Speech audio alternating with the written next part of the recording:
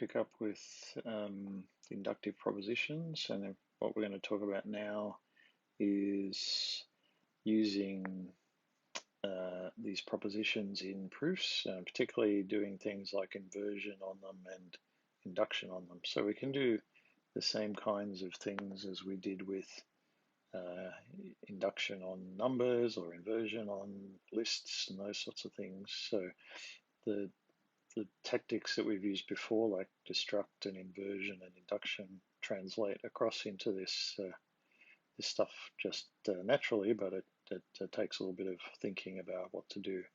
In particular, sometimes you're faced with the choice of doing a destruct or an induction on a number, say, a piece of data, or on some evidence like a proposition that you have in an assumption. And it's not always obvious when you're doing a proof which one is the right one to do. And so we'll see some examples in this section of using the propositions instead of the data, the sort of underlying data to do that. So because something like EV is an inductive declaration, we get all the same assumptions about the definition of EV as we did with the previous ones we got. So for example, we know that we can't make an EV other than using EV and EV0 and EVSS. They're the only ways. And also we get things like the injectivity and EV0 and EVSS don't make the same things, and all those sorts of disjoint properties and so on.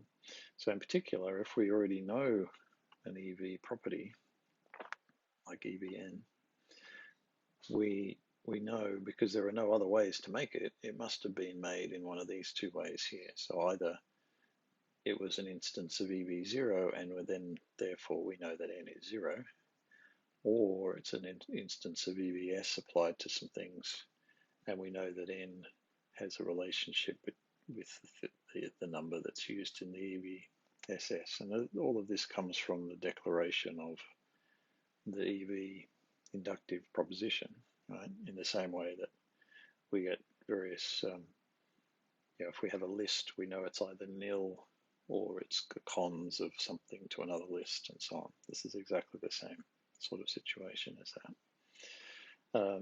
So we can use that sort of thing in our proofs just like we did with the other ones. So let's have a look at an example. So this is one that is doing inversion, it's motivating inversion. If we're talking about even b, so notice for the moment we're in the computational world, right? We're just calculating whether n is even or not, and we can show that if n calculates to be even, then n minus 2 is also going to calculate to be even. Now, this mess of matching here, I'll explain why that's happening, just in case it's not clear. So if we get to this this point in the proof, we can get n, okay? But if you think about n, well, n can be 0 or the successor of something. So we could say, well, then maybe it's the 0 and the successor of m, which is what this does. So this is equivalent to introducing n and then doing a destruct on it to give it these names.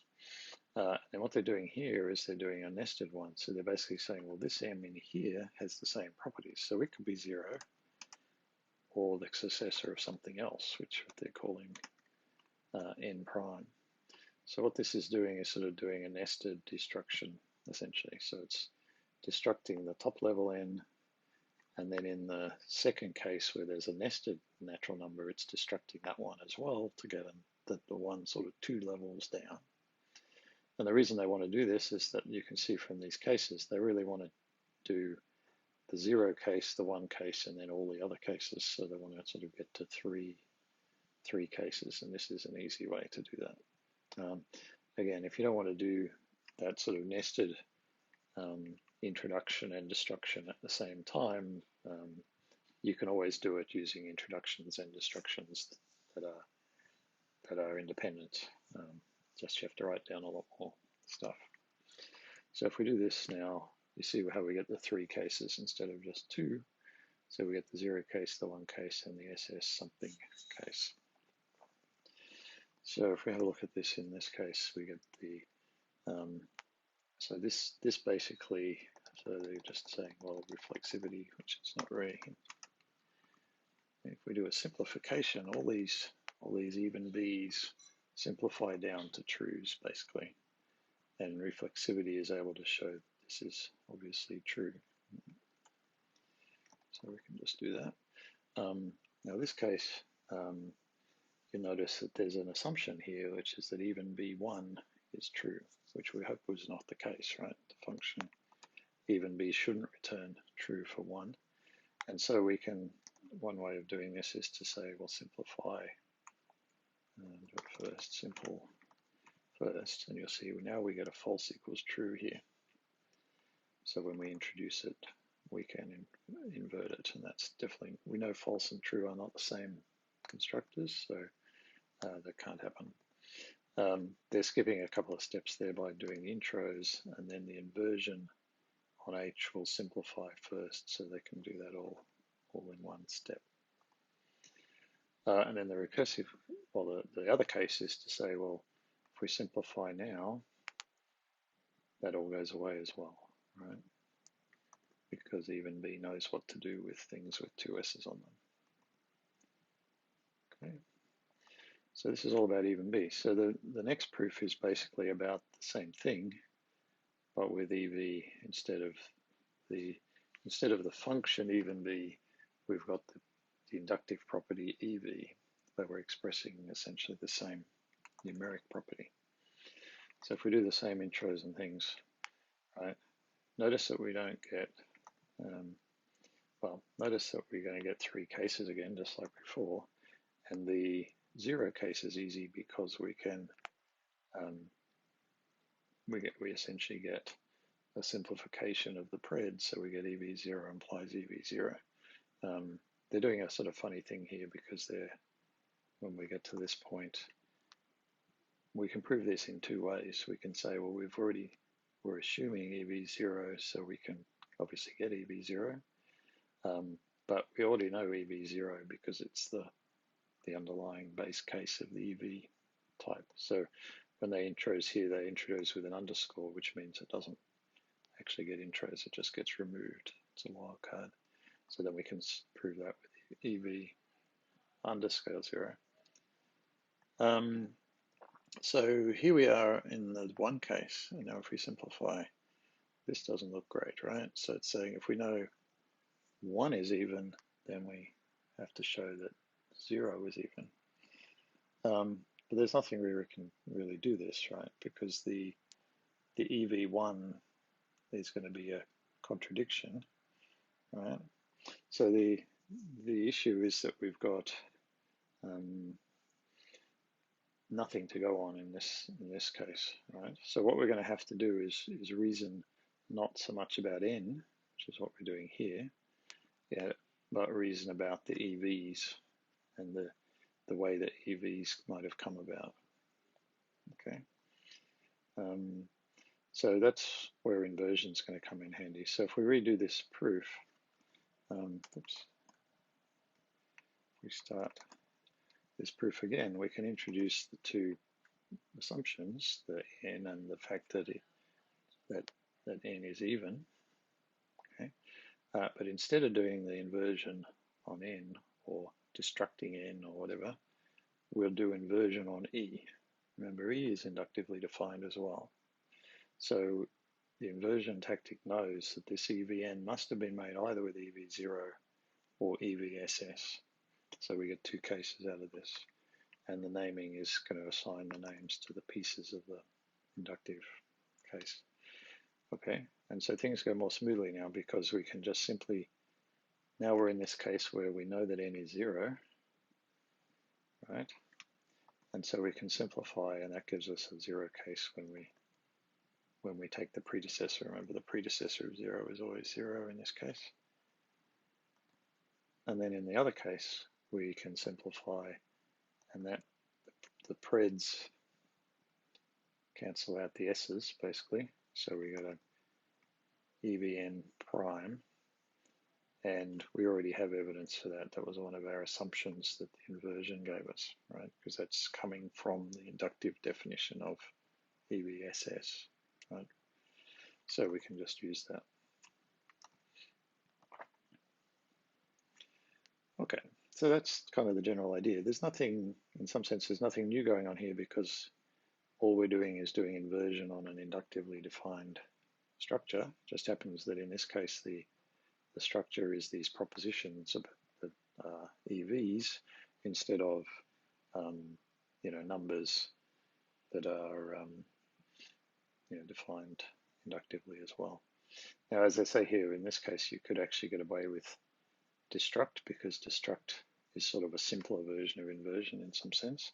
It does the case analysis well enough for you anyway, but the next example shows that it's not always the case. So in this case, what we're trying to prove is that if we know that n plus 2 is even, then we know n is even, which we should be able to do. So proceeding sort of as we were before, we try and do destruction on the E in this case. And now we're in trouble because destruct isn't clever enough to know to use all of the inductive structure of the type EV. So it's thrown away some stuff here. And now we've got to prove EVN, but we don't have anything to go on. So there's no way we're going to be able to do that. Okay, whereas in the following version, we can do inversion instead. And notice there's only one case here because the thing we did the inversion on is an EVSS. And so inversion is clever enough to say, well, there's no way that that could have been made with the EV0 constructor because otherwise it would be EV0, not EVS something.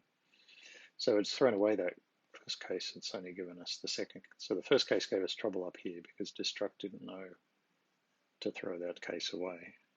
Whereas here we've got just the second case, right? And it turns out that the inversion is clever enough to sort of simplify things for us. So all we need to know is that from the inversion, we know that EVN must be the case because EVSSN is holding, and EVN is what we want to prove. So we can apply that or use the assumption tactic or whatever. So that's kind of where we're going. Just like as we saw in previous things when we did inequalities and things, often one of the ways to do that is to get a contradiction somehow. So here we can prove that EB1 is not holding, and the way to do it is to introduce it and then invert it, because inversion is able to prove that this EV1 is not possible to construct, right? So 1 is not 0, so it doesn't fit the base case. And 1 is also not of the form SS something, so it doesn't fit the inductive case either. And since those are the only two possibilities, then there's no way that H could have been made. So we can invert that, right?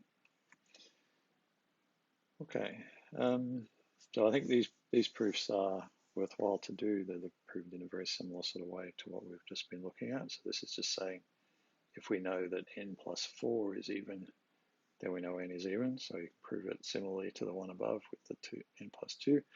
And this one is also saying, well, if we assume something that doesn't hold, then we can conclude anything, okay? Which is similar to the not up here, but you have to do a little bit more work on the EV5 to get it to be obviously not true, because it's of the form SS something, so it can be reduced, but eventually you get to a point where you have EV1 again. Okay, so there's a little bit more of a detailed description of what inversion is doing here. We've seen examples of those, so I encourage you to read this and satisfy yourself that you understand what it's doing. Okay, so what about induction? So just like we had before, sometimes doing case analysis, like using destruct or inversion, is not enough. Sometimes you need to have an actual inductive argument about things. You need to have some assumptions about simpler structures to be able to conclude something about the current structure. So here's an example. So this is proving a similar theorem to what we had before. So this is saying if EVN holds, then there must be a K such that N is double K. So we can get to this point, and just like we did in those previous things, we say, oh, great, we'll just do inversion on EVN and just case out what it could be. So the zero case is easy because all we need to do is find a K such that 0 is double K, and that number is 0, so we can easily solve that one. But this case is harder. So here we have to find a K such that SSN prime is double K. But we don't actually know anything really about SSN prime. We just know it's equal to N, and we know N's even. And we don't have an N. Right, what's missing up here is we don't have anything about the properties of double and EV relating to N prime. Because the inversion has just done a case analysis for us, it hasn't generated an inductive assumption. So there's nothing we can do at that point. They'd say, well, you might think that you can just sort of case out what N prime has to be, right? So it has to be, if it's a double, then SSN prime is a double, and so on. But if you keep doing that, you basically get down to here, and now you've got the same theorem again about K primes and N primes. This is the thing we're trying to prove in the first place, right? EVN prime implies this thing. So that's just going to lead to an infinite regress because we're just going to keep pulling it apart by twos and never get any closer to actually solving the goal. So much better is induction on the evidence. So if we do the same start, but instead of inversion, we try induction, the base case is solved in the same way. So we can just use 0 to satisfy it, and we're done. But now notice in the inductive case, we have this inductive hypothesis here. And that's the bit of information that we were missing before, right? So it's basically saying that there is some K, not these K's are different K's, remember, such that N prime is double that K. And we can use that to show that if we take this number, then this K must be related to the other K in a sort of obvious way. So the easiest way to do it is to destruct on this exists. So remember, when you have an exists and you do a destruct on it, what you get is the witness, right? So this is saying there is a K such that this is the case. So we just get a name for it, which we're going to call K prime, and we get the thing that holds about K prime. Okay, so K prime's a new nat, and we know that N prime is double K prime. So if we rewrite in the goal now, we've got SS of double K prime instead of SSN prime. And so now if we're thinking about if we want a K such that doubling K gives us this thing, double K prime plus 2, then we really just have K prime plus 1, because K prime plus 1 doubled is 2K prime plus 2. So we can assume we can set the K here to be the successor of K prime. In other words, K prime plus 1. And now simplifying this will get us down to that point, which the reflexivity can solve. So in this case, the induction was crucial because it gave us this fact about the next level down in the thing, just like it was crucial for all sorts of other things as well. So there's some other examples here. We might try and do this EV sum, just to make sure it's not a homework question. I don't think it is. Okay. So it's going to be solved in the same sort of way as some of those. So let's introduce these guys. We'll introduce HN and HM. So they're the propositions that say N and M are even, and what we've got to prove is that the sum of N and M must be even if the two numbers are even. And we'll do induction. If I remember correctly, we need to do induction on HN. Okay. So here we can just simplify because that is the zero case. That's easy. So now if we simplify now, what are we going to get? We're going to get this one. So see what happened there. The SSN plus, so it's SSN plus M gets turned into N plus M with two S's on the outside, right? So it's just simplifying the plus a little bit as far as it can. And now we're in a position where we know that N plus M is even, and we need to know that SSN plus M is even. So that's just the EV SS constructor, right? Because that's the sort of given theorem that we know about every number. So when we apply it, the two S's go away, and now we just have the assumption to solve that one. So I encourage you to try some of these. This one here is a bit more involved because it's giving you a different definition of an EV-like thing. So what is it saying? It's saying that 0 is even, or EV prime, 2 is EV prime, and if you have two EV prime things and you add them together, you also have an EV prime thing. So the theorem here, which takes a little bit of work to prove, is that EV prime and EV are equivalent to each other. So I encourage you to have a look at that. This one here, EV underscore EV, which is hard to say, is a homework exercise. So it's sort of the opposite of what we just proved, right? It's saying that if you know that the sum of two numbers is even, it must be that those two numbers, if you know that the sum of two numbers is even and you know one of them is even, it must be that the other one is even as well. Okay, and there's try and do it, but there's a hint in the question if you get stuck somewhere.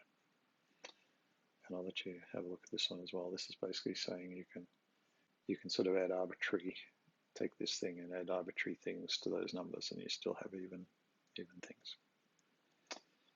Okay, so that's induction, inversion on evidence and induction on evidence. So I'll stop there and come back with inductive relations.